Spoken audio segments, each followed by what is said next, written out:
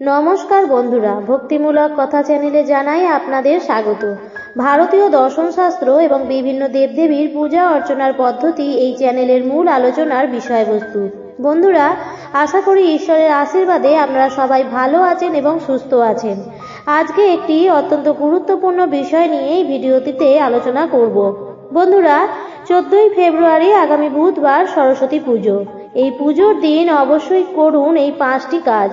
মা সরস্বতীর আশীর্বাদে শিক্ষা ও কর্মজীবনে সমস্ত বাধা বিপত্তি দূর হবে এবং উচ্চ শিক্ষা ও চাকরি প্রাপ্তির ক্ষেত্রে সাফল্য আসবে।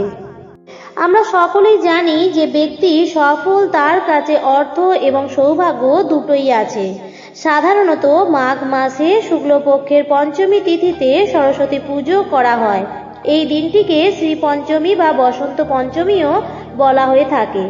এই দিনটি সবার জন্যই অত্যন্ত গুরুত্বপূর্ণ। তবে ছাত্রছাত্রীরা বা যারা সঙ্গীত বা শিল্পের সঙ্গে যুক্ত সেই সব ব্যক্তিদের কাছে সরস্বতী পুজো আরেকটু আনন্দের এবং উৎসাহের। বন্ধুরা, সরস্বতী পুজোর দিন কোন 5টি কাজ অবশ্যই করবেন তা আমি এই ভিডিওর মাধ্যমে আপনাদের সাথে শেয়ার করব এবং কোন ধরনের সরস্বতী ঠাকুরের বিগ্রহ ঘরে নিয়ে এসে পুজো করবেন বা কোন ধরনের বিগ্রহ নিয়ে পুজো করা শুভ তাও আমি এই ভিডিওর শেষে আলোচনা করব। তাই ভিডিওটি অবশ্যই শেষ পর্যন্ত দেখবেন। ভিডিওটি দেখে যদি ভালো লাগে তাহলে এই ধরনের আরও ভিডিও পাওয়ার জন্য অবশ্যই চ্যানেলটিকে সাবস্ক্রাইব করে রাখবেন এবং ভিডিওটি থেকে সমৃদ্ধ হলে ভিডিওটিতে একটি লাইক করে দেবেন এবং পারলে আপনজনদের মধ্যে শেয়ার করে দেবেন। বন্ধুরা, প্রথমেই আমি আলোচনা করব কি সেই 5টি কাজ যা সরস্বতী পুজোর দিন আপনারা অবশ্যই করবেন। বন্ধুরা, প্রথম যে কাজটি অবশ্যই করবেন সেটি হচ্ছে শ্রী পঞ্চমীর দিন সূর্যোদয়ের আগে ঘুম থেকে ওঠা এবং ঘুম থেকে উঠে স্নান সেরে পরিষ্কার পরিচ্ছন্ন হয়ে নেবেন। কাঁচা হলুদ মেখে স্নান করা এই দিন অত্যন্ত ভালো। একদম মাথা ভিজিয়ে পরিষ্কারভাবে স্নান সেরে শুদ্ধ বস্ত্র পরে নেবেন। এরপর মাথায় এবং বস্ত্রে গঙ্গার জল ছিটিয়ে নেবেন। সেদিন সাধারণত সাদা বা হলুদ রঙের বস্ত্র পরলে মা সরস্বতী অত্যন্ত খুশি হন। সরস্বতী পুজোর দিন অনেকেই সাদা বা হলুদ রঙের বস্ত্র পরে থাকেন এবং বস্ত্র যদি নতুন হয় অথবা কাঁচা বস্ত্রও পরতে পারেন, অবশ্যই কিন্তু গঙ্গা জলের ছিটে নেবেন। এরপর ঠাকুর রাখার জায়গাটিকে পরিষ্কার করে নিয়ে মা সরস্বতীর আরাধনা করবেন।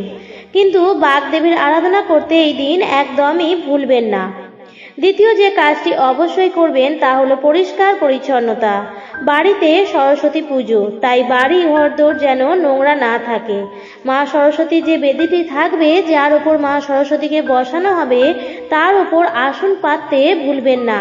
আপনারা সাদা বা হলুদ রঙের আসনও পাততে পারেন।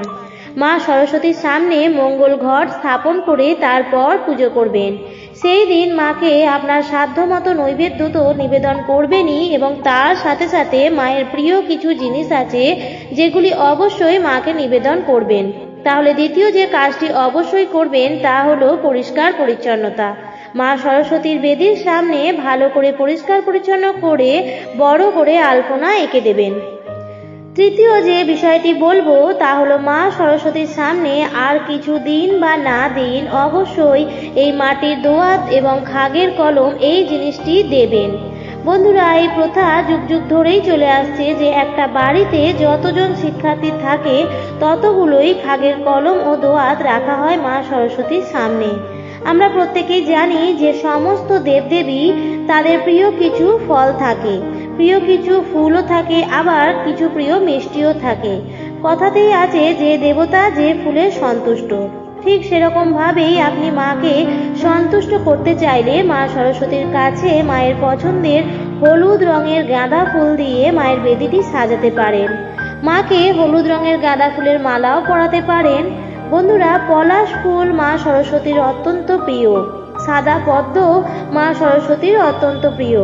আর আমের মুকুল মা সরস্বতীর পুজোয় লাগে। তাই এই সমস্ত জিনিস জোগাড় করে তবে মা সরস্বতীর পুজো দেবেন।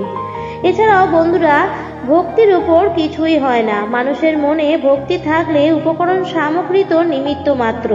আপনার মনে যদি ভক্তি থাকে তাহলে আপনি চেষ্টা করবেন আপনার আরাধ্যা দেবীকে সন্তুষ্ট রাখার।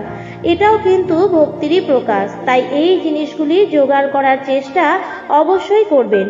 মায়ের পুজোতে কি কি উপকরণ সামগ্রী লাগে, যদি আপনি ঘরোয়াভাবে পুজো দিতে চান, তার যে ফর্দমালা তার উপর আমার একটি ভিডিও ইতিপূর্বেই বানানো আছে।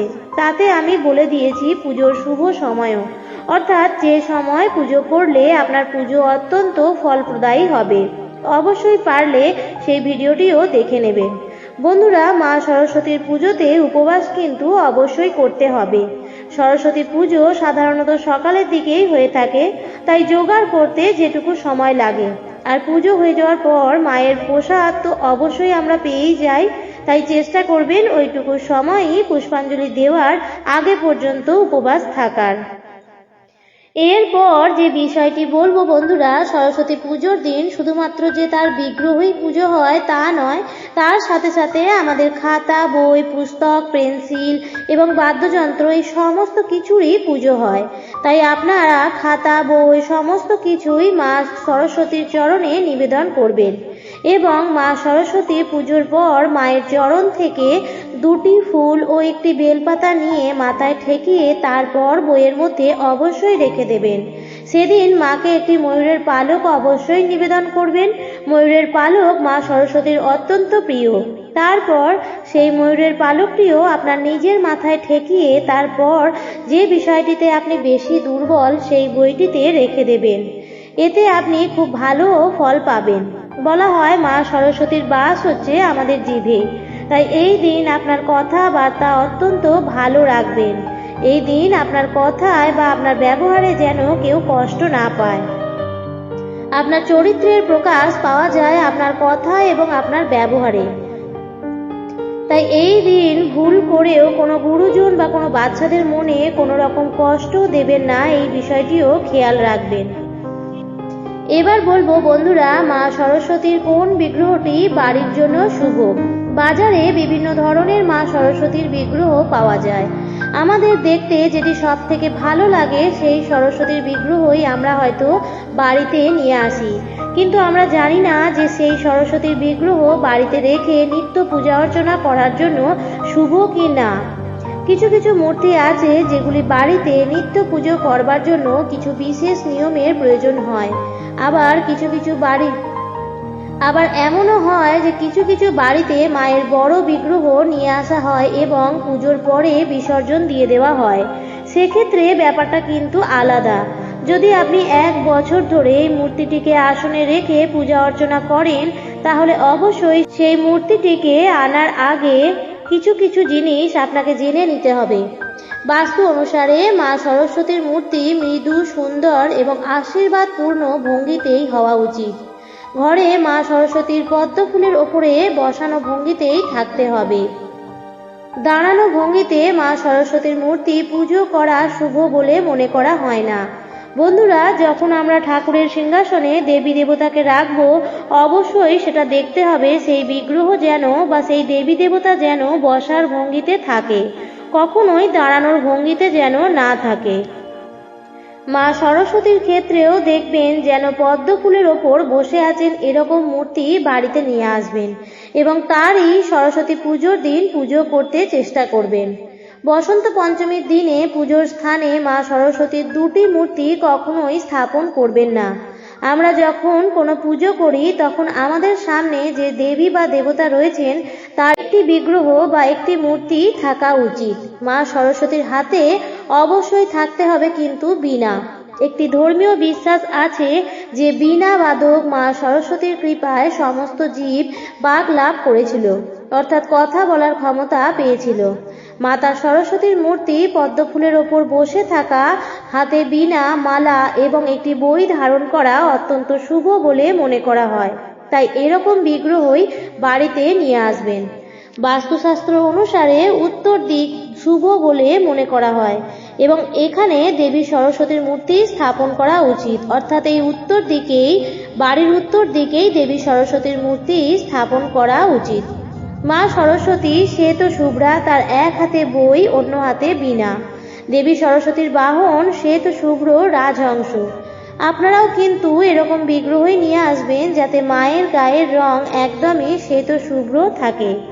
এবার জেনে নিন বন্ধুরা, মা সরস্বতীর বাহন কেন শ্বেত শুভ্রা। এই বিশ্ব বা জগৎ সংসার সৃষ্টি করেছিলেন ব্রহ্মা, আর সরস্বতী হলেন ব্রহ্মার নারী শক্তি। ব্রহ্মার মুখগহ্বর থেকেই নাকি সৃষ্টি হয় মা সরস্বতীর। সরস্বতীর শ্বেত শুভ্র মূর্তি তার কলুষীন চরিত্রের প্রতীক বলে মনে করা হয়। শুভ্র বর্ণ অর্থাৎ সাদা রং হলো শুদ্ধতার প্রতীক। দেবী সরস্বতীর সর্বগুণে ও জ্ঞানী গুণান্বিতা বলে তার গায়ের রং হচ্ছে শুক্ল বর্ণ, অর্থাৎ তিনি দোষহীনা। অর্থাৎ শুভ্র বর্ণ আমাদেরও দোষমুক্ত থাকার অনুপ্রেরণা দেয়। আবার এই বিদ্যার দেবী সরস্বতী দেবীর বাহন হচ্ছে রাজহংস, কারণ রাজহাঁসের অসারকে ফেলে সার গ্রহণ করার ক্ষমতা থাকে। একটি পাত্রে জল ও দুধ মিশিয়ে দিলে শুধুমাত্র দুধটুকুই শুষে নেওয়ার ক্ষমতা থাকে রাজহাঁসের। তাই রাজহাঁসের এই তথ্য শুধু ছাত্রছাত্রীদের এই শিক্ষা দেয় যে সমাজে ভালো ও খারাপ সবই থাকবে, তারই মধ্যে থেকে শুধু ভালোটিকে আমাদের শুষে নিতে হবে। বন্ধুরা, আপনারাও বাড়িতে মা সরস্বতীর এমন বিগ্রহই নিয়ে আসবেন যাতে অবশ্যই মা সরস্বতীর বাহন রাজহাঁস সাথে থাকেন, এবং সরস্বতীর মায়ের গায়ের বর্ণ যেন শ্বেত শুভ্র হয়। দেবীর এক হাতে বীণা ধরা থাকে, এই কারণে দেবীর আর এক নাম বীণা পাণি। পাণি শব্দের অর্থ হলো হাত। বীণার ঝংকারে উঠে আসে ধ্বনি। সরস্বতীর সাধকরা তাদের সাধনায় সিদ্ধি লাভ করলে বীণার ধ্বনি শুনতে পান। বিদ্যার্থীদের মুখনিঃসৃত বাক্য মধুর ও সঙ্গীতময় হয়, সেই শিক্ষাই দেয় বীণার ঝংকার। হিন্দু ধর্মে শিল্পকলাকে অত্যন্ত উচ্চ স্থান দেওয়া হয়েছে। এই কারণেই দেবী সরস্বতীর হাতের বীণা হচ্ছে সেই শিল্পকলার প্রতীক। আশা করি বন্ধুরা আপনারা বুঝে গেছেন যে মায়ের বিগ্রহ কিরকম ঘরে নিয়ে আসার জন্য শুভ। তবে বিগ্রহ কেনার সময় অবশ্যই খেয়াল রাখবেন বিগ্রহটির মধ্যে কোনো ফাটা দাগ বা ফাটল না থাকে, কারণ ফাটা বিগ্রহ কখনোই কিন্তু পূজিত হতে পারে না। এবং পুজোর দিনে ভক্তি ভরে মা সরস্বতীর পূজা সামগ্রী জোগাড় করে মা সরস্বতীর পূজা অর্চনা করবেন। বন্ধুরা, আজকের ভিডিওটি এই পর্যন্তই। ভিডিওটি দেখে যদি ভালো লেগে থাকে তাহলে অবশ্যই চ্যানেলটিকে সাবস্ক্রাইব করবেন। ভিডিওটি দেখার জন্য অসংখ্য ধন্যবাদ।